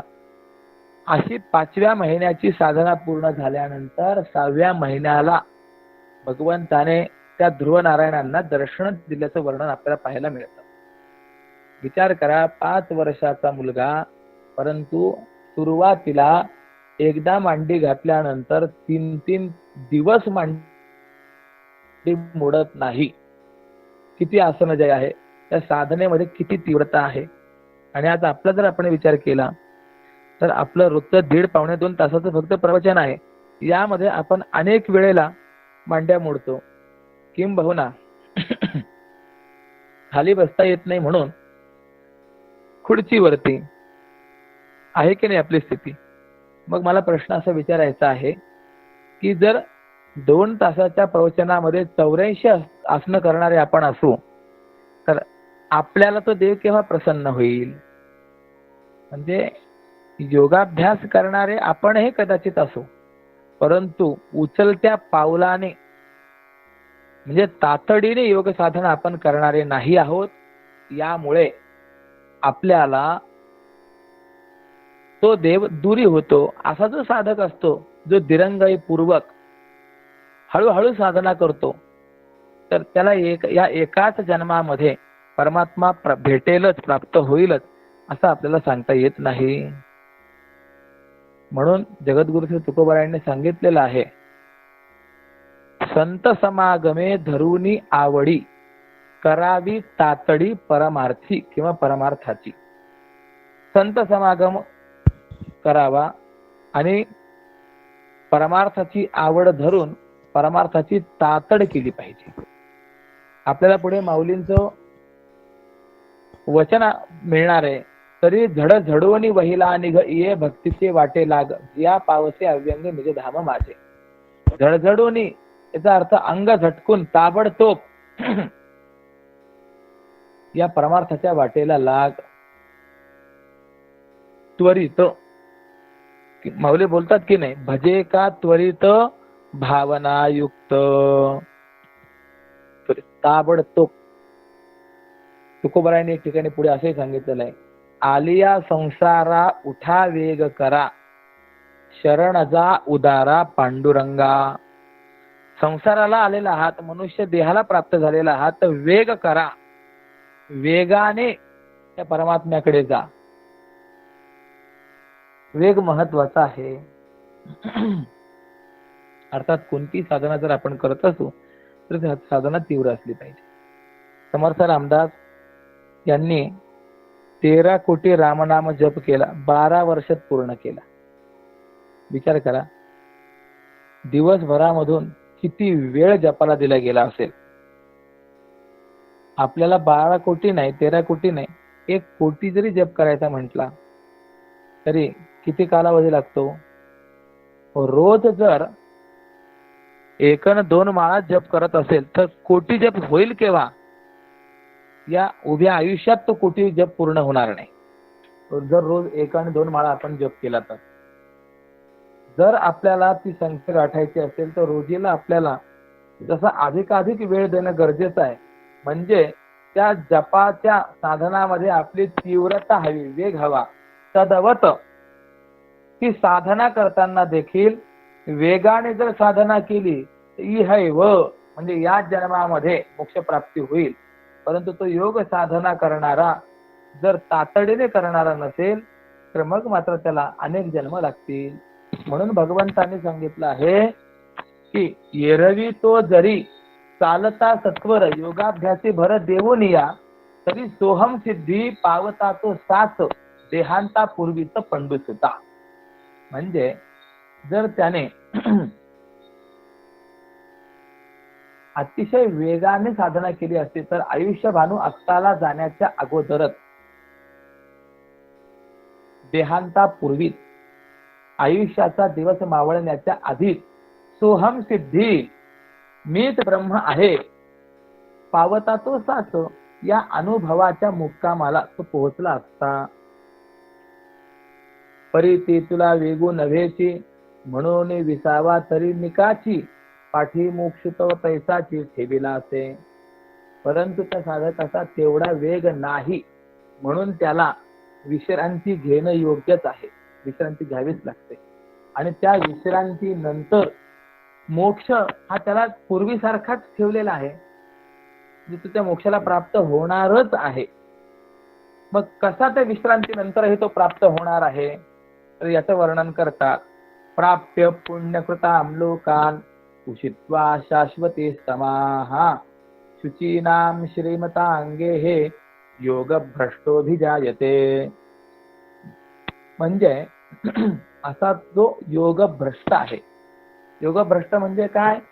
योग साधना करीत असताना योग साधना पूर्ण होण्याच्या अगोदर ज्याचा आयुष्य भानू असताना गेलेला आहे असा तो साधक की जो पुनर्जन्माला प्राप्त झालेला आहे त्याला योग भ्रष्ट असं म्हणायचं आहे. तो योग भ्रष्ट साधक पुण्य लोकाला प्राप्त होऊन म्हणजे स्वर्गाधिक लोकांना प्राप्त होऊन पुष्कळ वर्ष त्या ठिकाणी राहून नंतर शुद्ध आणि श्रीमान लोकांच्या घरी जन्माला येतो. ऐसे कैसे हे कौतुक अर्जुना जो लोक पावावया देख शतयज्ञ करोणी इंद्रास पडती सायास तोची मुमुक्षुस अनायासे. अर्जुना त्याची पुढची गती कशी असते ऐक. आश्चर्य. ज्या गतीला प्राप्त होण्याकरता फार मोठ्या कष्टाने 100 यज्ञ करावे लागतात त्या गतीला मोक्षाची इच्छा करणारा हा योग भ्रष्ट साधक कष्ट न करता प्राप्त होतो म्हणजे स्वर्गात येतो. माऊलींनी सांगितलेलं आहे इंद्र कोण होतो का शतमख संपत्ती स्वर्गीची आहे. ज्याने 100 अश्वमेध यज्ञ केलेले आहेत तोच या इंद्र पदवीला प्राप्त होतो. आता इथे एक यज्ञ करण्याची मारामार तर त्या ठिकाणी 100 यज्ञ करणं हे किती अवघड आहे. विचार करण्यासारखी गोष्ट आहे. यज्ञ म्हणजे सामान्य गोष्ट नाहीये. यज्ञामध्ये असलेली जी शेवटची वसोर धारा आहे ती वसोर धारा शास्त्रकारांनी अशी सांगितली की हत्तीच्या सोंडेसारखी त्या अग्नी कुंडामध्ये शुद्ध तुपाची धार करावी लागते. एक विचार करा आज आपल्याला शुद्ध तूप खाण्याकरता मिळत नाही तर यज्ञाकरता इतकंच तूप केव्हा आपल्याला प्राप्त होईल. अवघड आहे की नाही. बर यज्ञ असा आहे अंत्यर्थहीना कर्तारम. यज्ञामध्ये दक्षिणा जर कमी दिल्या गेली तर यजमानाला अपाय निर्माण होत असतो म्हणजे त्रासदायक आहे. मंत्रहीन अंतुरुत्विजम. यज्ञामध्ये जे काही वैदिक येतात त्यांनी मंत्रोच्चारण करण्यामध्ये संख्येमध्ये न्यूनता निर्माण केली अथवा काही जर कमी जास्त झालं तर त्या ब्राह्मणांनाही त्याचा त्रास आहे. स्त्रियम लक्षण हे नातू आणि जी जी काही लक्षणं सांगितलेली आहेत यज्ञ कुंडाचं लक्षण मंडपाचं लक्षण त्यांची जी काही मोजमाप वगैरे असतात त्यामध्ये कमी जास्त जर झालं तर यांच्या स्त्री वर्गाला त्याचा अनर्थ भोगावा लागतो. म्हणून यज्ञ हे फार अवघड गोष्ट आहे. आणि असे एक नाही, किती यज्ञ करायचे? 100 यज्ञ करायचे आहेत. 100 यज्ञ करून त्या इंद्राधिक पदवीला प्राप्त करायचंय. म्हणजे स्वर्ग सुख प्राप्त करण्याकरता जे मोठ्या कष्टाने असे 100 यज्ञ करून त्या गतीला प्राप्त होतात. हा जो योग भ्रष्ट साधक आहे की ज्याचा योग पूर्ण त्याला प्राप्त झालेला नाही, मोक्षाच्या इच्छेने तो योग करतोय पण मध्येच आयुष्य भानू असताना गेलेला आहे, तो योग भ्रष्ट साधक त्या गतीला सहजच प्राप्त होतो. कोणतेही कष्ट न करता अनायास प्राप्त होतो. करोनी इंद्रास पडती सायास तोची मुमुक्षुस अनायासे. बर, मग तेथील अमोघ अलौकिक भोग भोगिता तो मग कंटाळूनी. आणि मग हा योग भ्रष्ट साधक जो आहे तो त्या ठिकाणचे जे उत्कृष्ट दिव्य भोग आहेत ते सर्व अंगोपांगासह भोगत असताना त्याचं मन त्या भोगाला कंटाळतो, स्वर्गातील भोगांना कंटाळतो. आणि मग तो भगवंताची प्रार्थना करत असतो की ब्रह्मप्राप्तीच्या मार्गामध्ये हे अकस्मात विघ्न का पडलं. बघा, आपण तर स्वर्ग प्राप्त होण्याकरताच प्रयत्न करतो, पण त्याला स्वर्ग प्राप्त झाल्यानंतर तिथे दिव्य भोग भोगत असतानाही तो कंटाळतोय. म्हणतो की अरे अरे अरे, मी तर ब्रह्मप्राप्तीच्या मार्गामध्ये होतो आणि हे तर मध्ये अचानक विघ्न पडलंय. म्हणून करिता यज्ञ यागे स्वर्ग भोग आड येती, असं निळोबरायांनी आपल्या गवळणीत म्हटलेलं आहे. आणि म्हणून तो स्वर्गामध्ये भोग भोगत असताना देखील सर्व काळ पश्चाताप करतो. आणि ती स्वर्गातली विश्रांती झाली की तो पुन्हा मनुष्य लोकामध्ये जन्माला येतो. परंतु कुठे जन्माला येतो तर त्याचं उत्तर दिलेलं आहे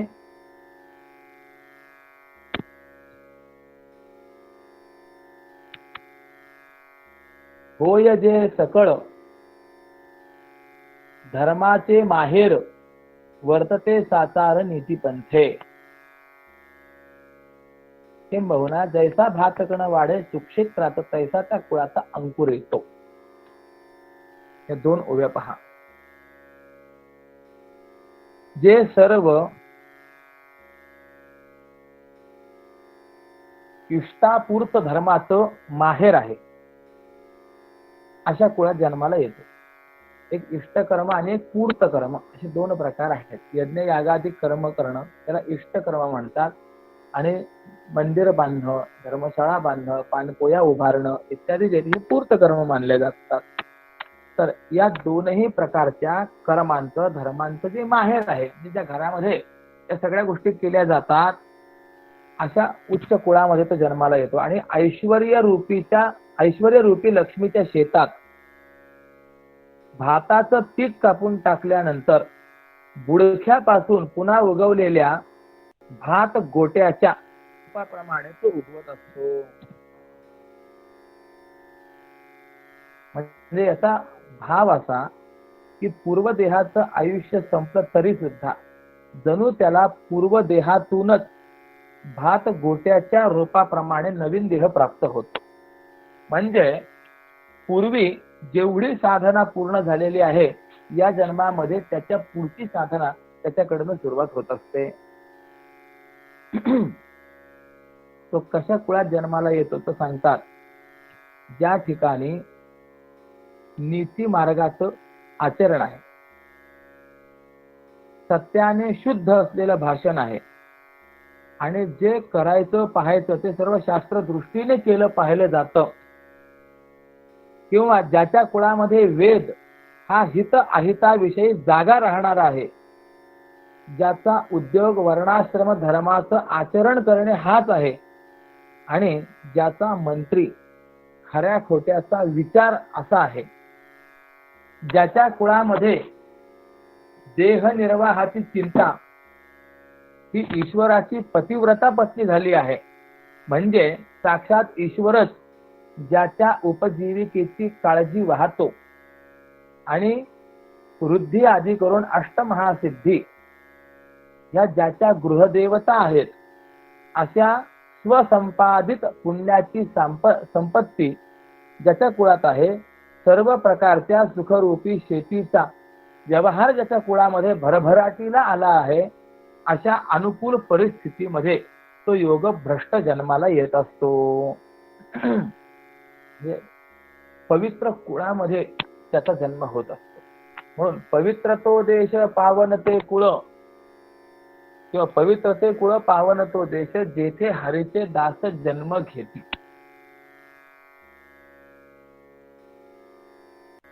महापुरुषांचं असं कुठेही येणं घडत नाही, असं चिंतन दिलेलं रामदास स्वामी यांच्या मागच्या काही पिढ्यांमध्ये श्री सूर्योपासना प्रकर्षाने घडल्या गेली. त्यावेळेला या वंशामध्ये समर्थ रामदास स्वामी सारख्या महापुरुषांचा अवतार झालाय. वल्लभाचार्यांच्या मागच्या 3 पिढ्यांमध्ये 100 सोमयाग झाले. त्यावेळेला या कुळामध्ये वल्लभाचार्य रूपाने हा महापुरुष प्रकट झालाय. म्हणून तुकोबरायांनी एक व्यापक सिद्धांत सांगितला की जो केवळ माणसांकरताच नाही तर प्राणी पशु पक्षी सर्वांकरता आहे. शुद्ध बीजा पोटी फळे रसाळ गोमटी, देह देवाचे कारणी मुखी अमृताची वाणी. ज्यांचं पवित्र कुळ आहे अशा ठिकाणीच अशा महापुरुषांचा अवतार होतो. किंवा भगवान सांगतात, आता पुढचे 2 श्लोक मिळून एक सिद्धांत व्यक्त होतो. अथवा योगिनाम एव कुले भवति धीमताम एतद्धि दुर्लभतरम लोके जन्म यदीदृशम तत्र तं बुद्धि संयोगम लभते पौर्वदेहिकम यत तेष ततो भूय संसिद्धौ कुरु नंदन. म्हणजे आत्ता मागच्या श्लोकामध्ये जसं कुळ सांगितलं आहे, एकतर तशा कुळामध्ये तो जन्माला येतो किंवा बुद्धिमान योग्यांच्याच कुळात जन्माला येतो. आणि अशा विशेषणांनी विशिष्ट कुळातला जन्म या लोकी दुर्लभ आहे बाबा. काही घराणे अशी आहेत परंपरेने त्या घराण्यामध्ये विद्वान व्यक्तिमत्व पाहायला मिळतात, आचारनिष्ठ व्यक्तिमत्व पाहायला मिळतात, आणि सर्वांची परंपरा योगी परंपरा. आपण ऋषभदेवांचे चरित्र जर पाहिलं तर ऋषभदेव योगी, त्यांचे 9 मुलं नवयोगेश्वर, हेच पुढच्या जन्मातले असलेले नवनाथ तेही योगी. यांचा ज्येष्ठ बंधू भरत, ज्याला आपण जड भरत राजा म्हणतो, तो देखील योगी. सर्व जर आपण परंपरा पाहिली तर कशी योग्यांची परंपरा, यांच्या अशा घराण्यात त्याला जन्म प्राप्त होतो. आणि त्या कुळामध्ये जन्म प्राप्त करून पूर्व देहामध्ये संपादन केलेल्या बुद्धीचा संयोग पुन्हा प्राप्त होतो. म्हणजे पूर्व देहामध्ये जी काही बुद्धी सद्बुद्धी सद्वासना त्याला प्राप्त झालेली असते, तीच सद्बुद्धी सद्वासना त्याला या देहात प्राप्त होते. आणि यानंतर पुढची योग भूमिका संपादन करण्याकरता तो पुन्हा प्रयत्न करत असतो. यावर स्वामीजींनी केलेलं व्याख्यान आपण बघा. किंवा ज्ञानाग्नित करीती हवन वैदिक जे पूर्ण ब्रह्मनिष्ठ एका ब्रह्मानंद क्षेत्री ते निराशी नित्य सुखराशी भोगिती जय. म्हणजे किंवा म्हणतात जे मागच्या श्लोकाचा संबंध घेऊन जे संत ब्रह्मज्ञानाच यावत जीव अग्निहोत्र करतात, जे परब्रह्मा शब्द ज्ञानामध्ये निष्णात आहेत, जे महासुखरूपी क्षेत्रातील परंपरागत वतनदार आहेत, किंवा जे शास्त्र सिद्धांताच्या सिंहासनावर बसून त्रैलोक्यामध्ये धर्म अधर्म निर्णयाचं राज्य करतात, किंवा जे संतोषाच्या वनात ज्ञान निरूपणाचं मधुर पूजन करणारे कोकिळ आहेत, किंवा जे नित्य फळ देणाऱ्या विवेकरूपी वृक्षाच्या मुळांशी बसले आहेत अशा त्या योग्यांच्या कुळामध्ये जन्माला येतो. म्हणजे तो योगी कसा असावा किंवा कसा असतो याची सगळी ही विशेषण दिलेली. एक एक विशेषण घ्यायचं आणि असा तो योगी असतो असा विचार करायचा. मग या योग्यांच्या कुळामध्ये जन्माला आल्यानंतर सुरुवातीला देहाचा लहानसा आकार प्रकट होतो आणि मग आत्मज्ञानाची पहाट होते आणि सूर्योदय होण्यापूर्वी सूर्याचा प्रकाश जसा पुढे पुढे प्रगट होतो त्याप्रमाणे तैसी प्रौढत्वाची न पाहता वाट न होता पहाट तारुण्याची बाळपणीच ती तया योग भ्रष्टा साच सर्वज्ञता माळ घाली. योग्य अवस्थेची वाट न पाहता आणि प्रौढ वयाच्या गावाला न येता बाळपणी सर्वज्ञता स्वतः त्या योग भ्रष्टाचं वर्ण करते, त्याच्याशी विवाह करते.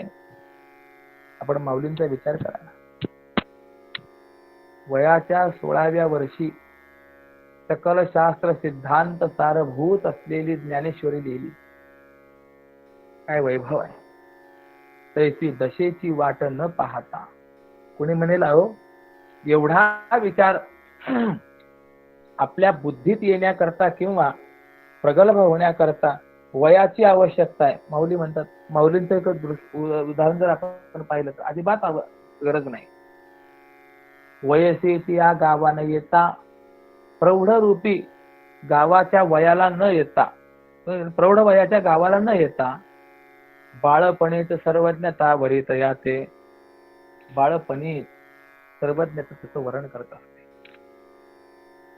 आचार्यांचं जर आपण पाहिलं तर 8 वर्षे चतुर्वेद, 5व्या वर्षी आचार्यांची मुंजी झाली, 8व्या वर्षी आचार्य 4ही वेदात परिपूर्ण झाले, 12 सर्व शास्त्रवेद, 12व्या वर्षी सर्व शास्त्राचे ज्ञाते, 16 कृतवान भाष्यम, 16व्या वर्षी आचार्यांनी गीता, ब्रह्मसूत्र आणि दशोपनिषद यांवर भाष्य लिहिलं, अनेक स्तोत्र लिहिले आणि पुढची 16 वर्ष भारतभर या अद्वैत तत्वज्ञानाचा प्रचार प्रसार करून 32 मुनिरभ्यगात 32व्या वर्षी आचार्य शांत झाले. आचार्याने देह ठेवला.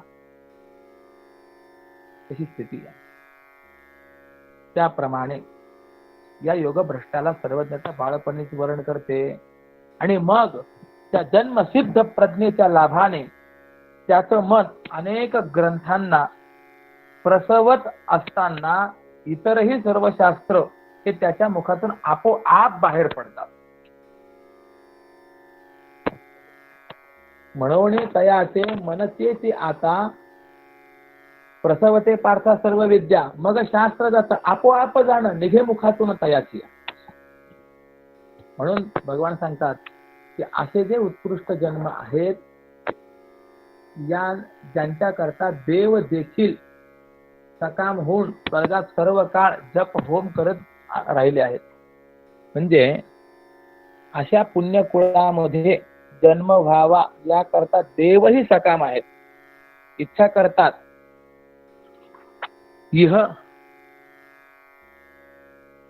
इहलोकीचा हा देह देव इच्छिता ती पाहे, धन्य आम्ही जन्मा आलो दास विठोबाचे झालो.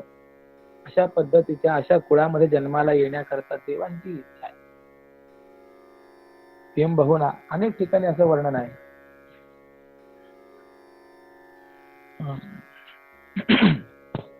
म्हणून अर्जुना देवांनीही भाट व्हावं आणि त्यांनी मृत्यूलोकाचं वर्णन करावं. असे जे हे मृत्यूलोकातील जन्म आहेत पुण्य कुळातील ते त्याला प्राप्त होतात. जे देवही त्याचं वर्णन करतात अशा या उत्तम कुळातील जन्माला ते योग भ्रष्ट योगी प्राप्त होत असतात. ठीक आहे. पूर्वाभ्यासेन तेनैव क्रियते ह्यवशोऽपि सः जिज्ञासुरपि योगस्य शब्द ब्रह्माति वर्तते. असं का होतं? तर कारण तो योग भ्रष्ट जो असतो तो पूर्वजन्मात केलेल्या त्याच अभ्यासाच्या संस्काराने पराधीन होऊन योगाकडे ओढला जातो. म्हणजे पूर्वजन्मामध्ये आपण जसा अभ्यास केलेला असेल, जसे आपले संस्कार असतील, तर या जन्मामध्ये देखील आपल्याला तेच आवडतं, तिकडेच तो मनुष्य ओढला जातो आणि तो योगाचा जिज्ञासू होऊन सकाम कर्म प्रतिपादक असलं त्या वेदाचं उल्लंघन करतो. म्हणजे वेदाच्या पलीकडे वेदाला अगम्य असलेल्या त्या ब्रह्माला प्राप्त होतो. मागील या जन्मी आयुष्याच्या अंती प्राप्त झाली होती सद्बुद्धीची. म्हणजे मागच्या जन्मात जी सद्बुद्धी होती आणि जिच्या प्राप्तीच्या काळात आयुष्याची समाप्ती झाली होती, म्हणजे आयुष्याच्या शेवटी त्याला सद्बुद्धी प्राप्त झालेली होती की नाही, मग तीच सद्बुद्धी पुन्हा व्यापक स्वरूपामध्ये नवीनतेने प्राप्त होते. जसा एखादा मनुष्य भाग्यवान आणि पायळ असावा आणि शिवाय त्याच्या डोळ्याला दिव्यांजन असावं, मग तो जसा पाताळातील धन सहज पाहू शकतो, त्याप्रमाणे बुद्धीला ज्याचा उलगडा होत नाही असं जे शास्त्राचं गूढ किंवा केवळ गुरुकडूनच जो अर्थ कळू शकतो, त्या अभिप्रायापर्यंत त्या योगभ्रष्ट पुरुषाची बुद्धी ही प्रयत्न वाचून जाते. त्याला फक्त ग्रंथ पाहिला की ते कुणीही न सांगता उपदेश न करता हे सहज आपोआप कळतं. बलवान असलेली इंद्रिय मनाकडे येतात, मन प्राणाशी एकरूप होतं आणि प्राण हा मूर्धन्याकाशामध्ये सहजपणाने समरस होऊ लागतो. आणि असं आपोआप कसं काय घडतं हे काही कळत नाही, परंतु त्या पूर्वाभ्यासानेच त्या योगभ्रष्टाला जे अपेक्षित तेच नेमकं केलेलं असतं आणि समाधी तर मनाचं घर विचारतच येते. ते योगभ्रष्टाच्या मनाचं घर विचारत येते आणि त्यामुळे तो योगभ्रष्ट जणू योगपीठावर उभा असलेला भैरव देवच आहे. जणू काय योगारंभीचा गौरवशाली आणि प्रथम पूजनीय गणपतीचा मोठेपणा आहे किंवा वैराग्य सिद्धीचा अनुभवच आकाराला आला आहे असं आपल्याला म्हणावं लागेल. आणि हा योगभ्रष्ट पुरुष संसाराची मर्यादा मोजण्याचं जणू मापच आहे किंवा यमनियमाधिक अष्टांग योग सामग्रीचं जणू काही बेट आहे, किंबहुना जणू काही सुगंधानेच त्या चंदनाचं रूप धरावं. त्याप्रमाणे तो योगी संतोषाचाच पुतळा तयार केलेला आहे किंवा सिद्धीच्या भांडार घरातून तो बाहेर काढला आहे. त्या मानाने तो साधक दशेतच योग्यतेने वाढलेला दिसतो. तो जो योग भ्रष्ट पुरुष आहे त्याचं वैभव किती आहे, सामर्थ्य किती आहे, त्याचं भाग्य कसं आहे, त्याचा विचार या श्लोकामध्ये मांडलेला आहे. काय होतं की पूर्वजन्मातली साधना जी आहे ती आपल्याला या ठिकाणी उपयोगाला येते. आता बघा, आपण हल्ली संगीताचं युग आलंय. मधला एक काळ असा होता की संगीत क्षेत्राला तितकं महत्व नव्हतं किंवा त्यापासून तेवढी प्रसिद्धी, तेवढी अर्थप्राप्ती वगैरे नव्हती. परंतु आज जर आपण टीव्ही वरती पाहिलं तर अनेक ठिकाणी संगीताचे कार्यक्रम आहेत आणि त्यांना अर्थप्राप्ती देखील भरपूर होते. बऱ्याच वेळेला असं होतं 10-10 वर्ष संगीत साधना करूनही उत्तम रीतीने गाता येत नाही, परंतु आपण पाहतो की टीव्ही वरती लहान लहान मुलं सुद्धा उत्तम गातात, उत्तम वाजवतात. 5-5, 6-6 वर्षाची मुलं चांगली गातात. तर त्यांना हे प्राप्त झालं कसं? तर त्याचं एकच उत्तर आहे, पूर्वजन्मामध्ये त्यांनी खूप अभ्यास केला आणि तो अभ्यास परिपूर्णतेला जात असताना मध्येच त्यांचं आयुष्य भानू असताना गेला. त्या अभ्यासाचं जे काही सुकृत चांगलं फळ त्यांना मिळायला पाहिजे होतं ते मिळालं नाही आणि त्यांचाच झालेला जो पुनर्जन्म आहे त्यामध्ये या जन्मामध्ये ते सर्व सुफळ त्यांना प्राप्त होत आहे. असं आपल्याला या ठिकाणी सिद्धांत लावून घ्यावा लागतो. प्रयत्नाद यतमानस्तु योगी संसिद्ध किलबिषः अनेक जन्म संसिद्ध ततो याति परांगती. म्हणून सांगतात की पूर्वजन्मामध्ये केलेल्या प्रयत्नापेक्षाही या जन्मामध्ये तो अधिकाधिक प्रयत्न करणारा असतो आणि ज्याचा पापरूपी मळ धुवून गेला आहे, अनेक जन्माच्या संस्काराने व पुण्याने ज्याचा अधिकार संपन्न झाला आहे, तो योगी ब्रह्मज्ञान झाल्यामुळे मोक्षरूप परमगतीला प्राप्त होतो. आता यावरती व्याख्यान बघा. वर्षे कोट्यावधी सहस्र जन्मांचे प्रतिबंध साचे ओलांडोनी तरुणी संसार आत्मसिद्धीतील गाठरे साचार तयानेते. म्हणजे प्रत्येक 1000 जन्मातील 100 वर्णांच्या कोट्यावधी आयुष्यात थोडं थोडं निष्काम पुण्य साठवीत मोक्ष प्रतिबंधक उल्लंघन करीत, मोक्षाचे प्रतिबंध करणारे त्यांचं उल्लंघन करीत आत्मसाक्षात्काराच्या तीराला तो पोहोचलेला असतो. आणि म्हणून सर्व प्रकारचे साधन आपोआप त्याच्या मागे येतात आणि मग तो कोणत्याही प्रकारचा प्रयत्न न करता विवेकाच्या आईच्या राज्यावर बसतो.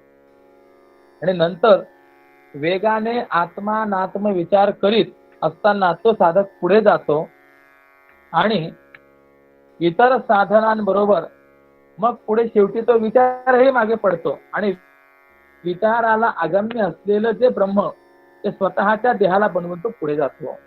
म्हणजे पहिले विचार करतो आत्मानात्म विचार आणि तो विचार करता करता त्याला जसा जसा अनुभव येतो तसा तसा तो आत्मानात्म विचारही मागे पडतो. मग त्या ब्रह्म समाधीच्या अवस्थेत मनरूपी मेघ जो आहे तो जागच्या जागीच विरून जातो. प्राणाचा प्राणपणा संपून जातो आणि मूर्ध्याकाश देखील आपणच आपल्यात जिरून जातं. ओंकाराचं बिंदू स्वरूप असलेलं डोकं तेही बुडून जातं. इतकं शब्दाला अगोचर असलेलं सुख प्राप्त होतं. म्हणून सुखाचा अखंड आणि एकरस असा अनुभव येण्याकरता शब्द हा मागेच फिरतो. आणि अशी जी ब्रह्मरूप समाधीची अवस्था आहे की जी सर्व सद्गतींची ही सद्गती आहे, त्या अमूर्त ब्रह्म समाधीची हा योगी प्रत्यक्ष मूर्ती बनतो. आणि त्या योग्याने मागच्या अनेक जन्मामध्ये ब्रह्म समाधी रूप पाण्यावरील निद्रा, आळस, मनाचं चांचल्य, राग, द्वेष इत्यादी केर कचरा काढून टाकलेला असतो. जन्मजन्मांतरी तयाने साचार झाडीला केर विक्षेपाचा. म्हणून हा वर्तमान जन्म प्राप्त होतात तो आणि ब्राह्मी स्थिती यांच्या विवाह प्रसंगी स्थापलेली योग साधनाची लग्न घटिका ही पाण्यात बुडलेली असते. म्हणजे काय, पूर्वी जी आहे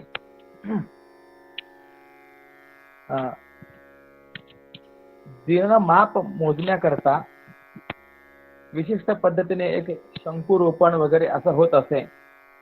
त्यामध्ये एक लग्न घटिका स्वतंत्र असे.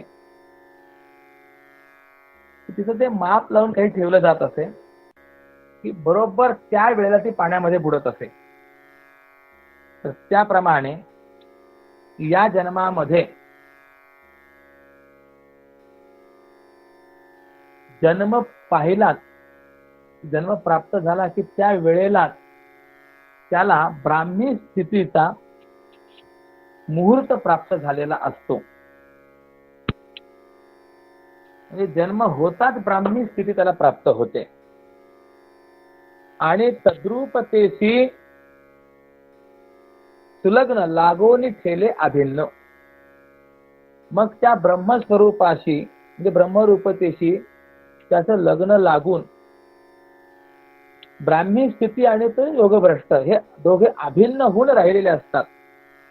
जसं लोपलेलं ढग हे आकाशरूप होऊन राहतं त्याप्रमाणे विश्वाची उत्पत्ती, स्थिती आणि लय हे ज्याच्यामुळे होतं असं ते परब्रह्म तो योगी विद्यमान देहानेच होऊन बसलेला असतो. म्हणून जेथून या विश्व होत असे निर्माण पुन्हा होते पुन्हा लीन स्वरूपी, ज्या स्वयते स्वरूपे होऊन तो राहे विद्यमाने देह धनंजया. याच देहाने तो योगी ब्रह्मस्वरूप त्याला प्राप्त होतो. म्हणून अर्जुना, तपस्वीभ्योऽधिको योगी ज्ञानीभ्योऽपि मतोऽधिकः कर्मीभ्यश्चाधिको योगी तस्माद् योगी भवार्जुन. अर्जुना, हा जो योगी आहे हा तपस्व्यांपेक्षा श्रेष्ठ, ज्ञानांपेक्षाही विशेष मानलेला आहे. आणि तसेच ज्योतिष्ठोमादी कर्म करणारे जे लोक आहेत त्यांच्यापेक्षाही तो अधिकच आहे. म्हणून अर्जुना, तू योगी हो असा विचार सांगितलेला आहे. योगी या शब्दाचा पुन्हा अर्थ सांगतो, कर्मयोगी हो. धैर्य बाहूवरी ठेवून विश्वास धरून या आसवस्तूची ज्या झाली ती ते उडी देखे कर्मनिष्ठ पार्था प्रवाहत षट कर्मांच्या. म्हणजे ज्या वस्तूच्या लाभाच्या आशेने कर्मनिष्ठ लोक स्वतःच्या धैर्यरूपी बाहूवर विश्वास ठेवून अध्ययन, अध्यापन, यजन, याजन, दान आणि प्रतिग्रह या षट कर्मांच्या प्रवाहात उडी घालतात, किंवा ज्या एका वस्तू करता ज्ञानी लोक ज्ञानाचं चिलखत अंगावर घालून विचाराच्या युद्ध क्षेत्रावर, समरांगणावर प्रपंचाशी लढा देतात, किंवा ज्या वस्तूच्या प्राप्तीच्या इच्छेने तपस्वी लोक जिथे पाय ठेवता येत नाही आणि ठेवला तरी निसटतो अशा तपरूपी किल्ल्याच्या आडव्या कड्यावर चढण्याचा प्रयत्न करतात, अशा प्रकारचे जे भक्तांच्या भक्तीला विषय, एक जे यज्ञ करणाऱ्यांच्या यजनाचा विषय, दोन जे सर्व पूजकांच्या सर्व काळ पूजनाचा विषय आहे, तीन जे साधकांचं साध्य आहे, चार जे सिद्धांत स्वयंभू तत्व आहे, पाच ते ब्रह्म हा योगी स्वतः शेवटच्या जन्मात झालेला असतो. म्हणजे ते ब्रह्म कसं आहे तर भक्तांच्या भक्तीचा विषय, यज्ञ करणाऱ्यांच्या यजनाचा विषय, सर्व पूजकांच्या पूजनाचा विषय. कोण? ब्रह्म. हे ब्रह्म कसं आहे? साधकांचं साध्य, सिद्धाचं स्वयंभू तत्व. मग असं जे ब्रह्म आहे तो हाच झालेला असतो. म्हणून अर्जुना, तो जो आहे योगभ्रष्ट हा कर्मनिष्ठांना वंद्य आणि जो ज्ञानी आहे त्यालाही तो जाणून घेण्यास योग्य आणि तपस्वी लोकांमध्ये देखील मुख्य तपोनाथ झालेला असतो. जीव परमात्म्याच्या ऐक्याला ज्याच्या मनोवृत्तीने येणं झालेलं असतं असा तो योगी देहधारीच असतो, परंतु एवढ्या मोठ्या महत्वाला तो प्राप्त झालेला असतो. म्हणून अर्जुना, मी तुला नेहमी म्हणत आलेलो आहे की तू अंतःकरणापासून खरा खरा योगी हो, निष्काम कर्मयोगी हो. आता शेवटचा श्लोक या अध्यायातला, योगिनाम अपि सर्वेषां मद्गतेनांतरात्मना श्रद्धावान भजते यो माम समे युक्ततमो मतः.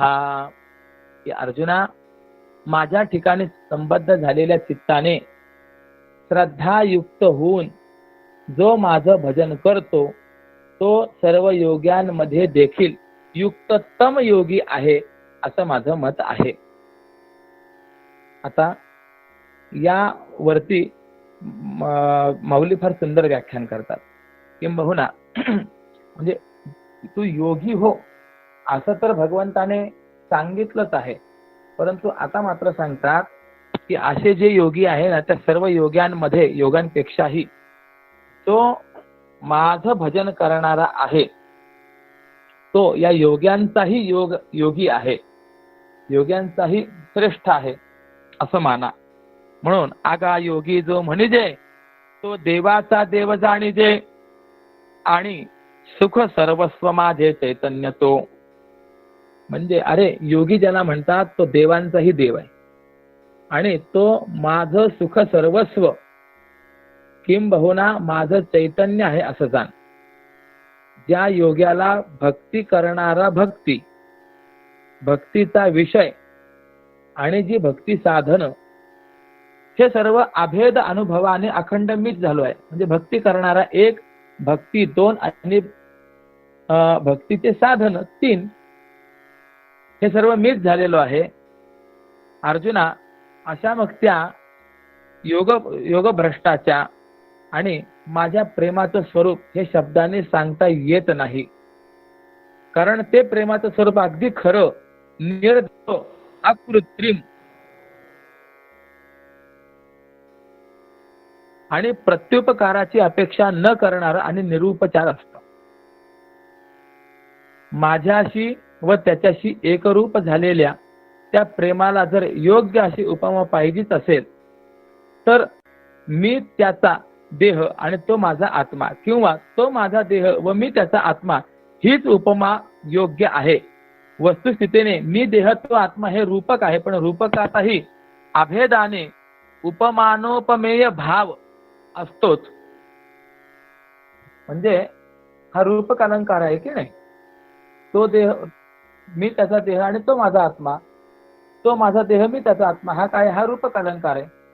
आणि रूपक अलंकारामध्ये नेहमी उपमान आणि उपमेय यांचा अभेद असतो, किंवा जसे तसे या पदांचा अध्याय होऊन जसे देह आणि आत्मा तसे मी आणि तो एकरूप आहोत अशी शुद्ध उपमा देखील या ठिकाणी संभवते.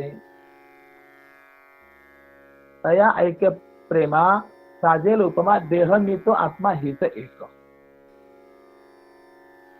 किंबहुना पुढे सांगतात, याप्रमाणे भक्तरूपी चकोराला अमृत देणारा चंद्र, सद्गुणांचा सागर आणि त्रैलोक्याचा एकमेव राजा अशा असलेल्या भगवान श्री कृष्णाने अर्जुनाला हा योग मार्ग सांगितला असं संजय धृतराष्ट्राला म्हणाला आहे. म्हणजे भगवंताने अर्जुनाला काय काय सांगितलं हे आतापर्यंत संजय याने धृतराष्ट्राला सांगितलंय. आणि या वेळेला पूर्वीपेक्षाही अधिक ऐकावं अशी अर्जुनाला इच्छा दुप्पट झाली आहे हे श्रीकृष्णांच्या लक्षात आले. आणि सहजच मनामध्ये भगवान श्रीकृष्ण प्रसन्न झाले. कारण आपल्या बोलण्याचं यथार्थ प्रतिबिंब ग्रहण करणार जणू हा अर्जुन आरसात लाभला आहे अशा या समजुतीच्या हर्षाने हर्षित झालेले श्रीकृष्ण आता पुढे निरूपण करणार आहे. तो निरूपणाचा प्रसंग पुढच्या अध्यायात आहे, ज्याच्यामध्ये शांतरस स्पष्ट दिसेल. आणि तो अध्याय रूपी मुडा मोकळा करून त्यातील प्रमेय बीजांची श्रोत्यांच्या कानात पेरणी करून आता त्यांना अंकुरित करण्यामध्ये येईल. कारण शांत रसाचा वर्षाव करून त्या सात्विक रसाच्या वर्षावाने देह इंद्रिय मन बुद्धी रूपी शेतातील पापक्रिया, पापवासना, पाप विचार यांचा वृक्षपणा जाईल आणि चतुर चित्तांचे वाफे ते सहजच तयार होतील. आणि त्यावर पुन्हा श्रोत्यांच्या अवधानाचा सोन्यासारखा वापसा लाभला. म्हणून श्रीमंत निवृत्तीनाथ महाराजांना सिद्धांत रूपी बीज पेरण्याची प्रबळ इच्छा झाली. आणि म्हणून माऊली म्हणतात, ज्ञानदेव म्हणे सद्गुरूंनी भले मज चाडे केले कौतुकेची. की सद्गुरूंनी मला कौतुकाने चाडे केले, माझ्या मस्तकावर हात ठेवला आणि जणू तोच उघडपणाने बीजरूप झाला आहे. म्हणून आता माझ्या मुखातून जे जे निघेल ते संतांच्या हृदयात सत्यत्वाने जाऊन भिडेल. आणि यावरती जे श्रोते होते ते म्हणाले, माऊली हे रूपक आता असू द्या, भगवान श्रीकृष्ण अर्जुनाला काय बोलले ते सांगा. आणि यावर ज्ञानेश्वर महाराज म्हणतात, हो मी ते अवश्य सांगेन, पण जे मी सांगणार आहे ते मनाच्या कानी ऐकावे, बोल बुद्धीचा डोळा देखावे, हे साठोवाटी घ्यावे चित्ताची या. परी ते ऐकावे मनाची या काने, देखावे नयने बुद्धीची या. आपुल्या चित्ताचे देवोनी या मोल, मग घ्यावे बोल येथी ते. की जे मी सांगणार आहे ते शब्द मनाच्या कानाने ऐका, बुद्धीच्या डोळ्याने पहावेत आणि वक्त्याला चित्त देऊन त्याच्या बदली ते शब्द घ्यावेत. ते शब्द अवधानाच्या हाताने हृदयाच्या आत न्यावेत. म्हणजे हे शब्द सज्जनांच्या चातुर्याची करमणूक करतील. बर, हे शब्द स्वकल्याणाला शांत करतील, मोक्ष फळाला जागवितील आणि जीवाला सुखाची लाखोली वाहतील. म्हणून या पुढील चिंतनाकडे अधिक लक्ष देण्याची आवश्यकता आहे. आता बोलतील कौतुके श्री कृष्ण, सुंदर भाषण अर्जुनाशी, ज्ञानदेव म्हणे बोलते यथार्थ, ओवीच्या छंदात सांगेन मी. म्हणजे भगवान श्रीकृष्णाने अर्जुनाला विनोदाने सुंदर भाषेमध्ये जे सांगितलं आहे तेच मी आता यापुढे ओवी छंदामध्ये ग्रथित करून सांगेन, अशी प्रतिज्ञा करून या ठिकाणी श्रीमद भगवद्गीतेतील ज्ञानेश्वरीतील 6व्या अध्यायाचं चिंतन हे परिपूर्ण झालेलं आहे. हरये नमः, हरये नमः, हरये नमः. श्रीकृष्णार्पणमस्तु. आणि याबरोबरच आजचं हे जे वाङ्मयीन पुष्प आहे ते मी श्रीमद स्वामींच्या चरणारविंदी समर्पित करतो. माझ्या वाक्प्रपंचाला या ठिकाणी विराम देतो. उद्यापासून या 6व्या अध्यायाचं एक थोडस 5 ते 10 मिनिटांमध्येच सिंहावलोकन करून अध्यायाची संगती सांगून मग पुढील 7व्या अध्यायाला आपला आरंभ होणार आहे. ओम पूर्णमदः पूर्णमिदं पूर्णात् पूर्णमुदच्यते पूर्णस्य पूर्णमादाय पूर्णमेवावशिष्यते. ओम शांतिः शांतिः शांतिः. कुंडलीक वरदा हरि विठ्ठल श्री ज्ञानदेव तुकाराम पंढरीनाथ भगवान की जय. माऊली ज्ञानेश्वर महाराज की जय. जगद्गुरु श्री तुकाराम महाराज की जय. श्रीमद सच्चिदानंद सद्गुरु श्री स्वामी स्वरूपानंद महाराज की जय. ॐ राम कृष्ण